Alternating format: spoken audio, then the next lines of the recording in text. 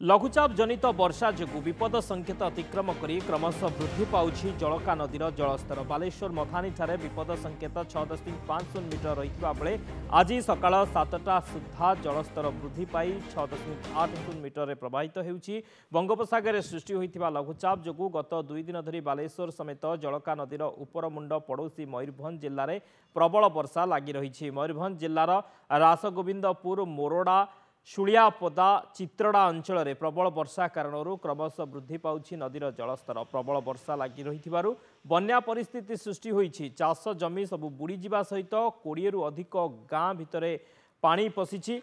तेबे वर्षा जो बन्या परिस्थिति सृष्टि होइछि 20 रु अधिक गाँ रे पानी पशिछि। चाष जमी मध्य पानी घेर रही बुड़ी रही चाष जमी। लघुचाप जनित लगाण वर्षा जो वृद्धि पाउछि जलस्तर। जलका नदीर जलस्तर वृद्धि पाउछि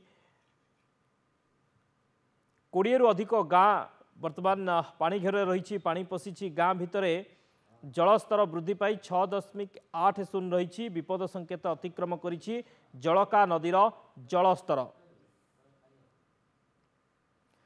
तो लगाण वर्षा जो वृद्धि पाउछि जलका नदीर जलस्तर विपद संकेत अतिक्रम करिछि 6.80 मीटर वर्तमान जलकार जलस्तर रही 6.80 मीटर प्रवाहित होउछि जल।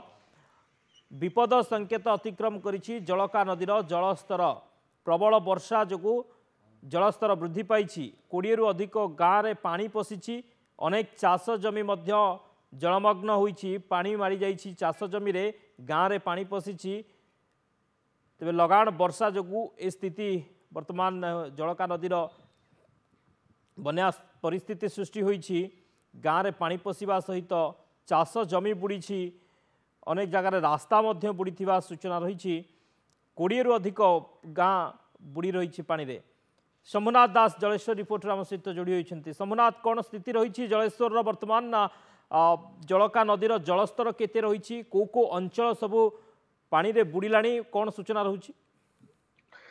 देखो शक्ति निश्चित भाव में जदि कहीपर जो भाव में लगातार लगाण वर्षा लगी रही जहाँफल कि बर्तमान जलका नदीर बर्तमान विपद संकेत अतिक्रम कर बर्तमान पानी धीरे धीरे फुलबार लगी जहाँपाई बर्तमान जो रही बस्ता अंचल जो बर्तमान बन्या परिस्थिति बर्तमान उपजार लगलानी। रास्ता घाट को गाँ गंडा को पानी प्रवेश करने आरंभ कर सारानी।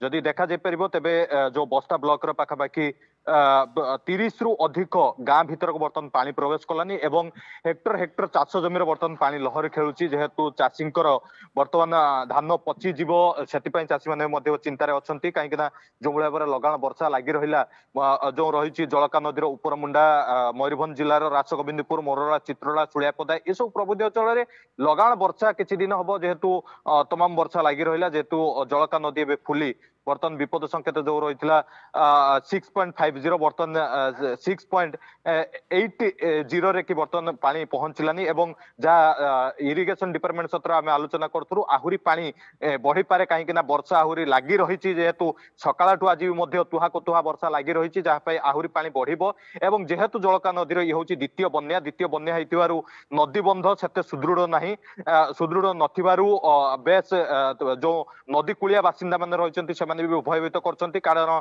नदी केतेबेले भी अतड़ा धसी पारे से भयभीत अच्छा कहीं चलित वर्ष पत्थर पेचिंग है ना कि मौजूद भाव में बाली बस्ता रखा जाए ना किंतु एपटे बन्या आसिलानी। प्रशासन तरफ कौन बाटे लोकों पाखक कौन सुविधा लोक सजग परिस्थिति लगाण वर्षा फल जलका नदीर जलस्तर वृद्धि पाई विपद संकेत अतिक्रम कर 6.80 मीटर वर्तमान जल प्रवाहित होउछि। अनेक गाँव में पानी पशिलाणी चाष जमी जलमग्न है। बहुत बहुत धन्यवाद शंभुनाथ।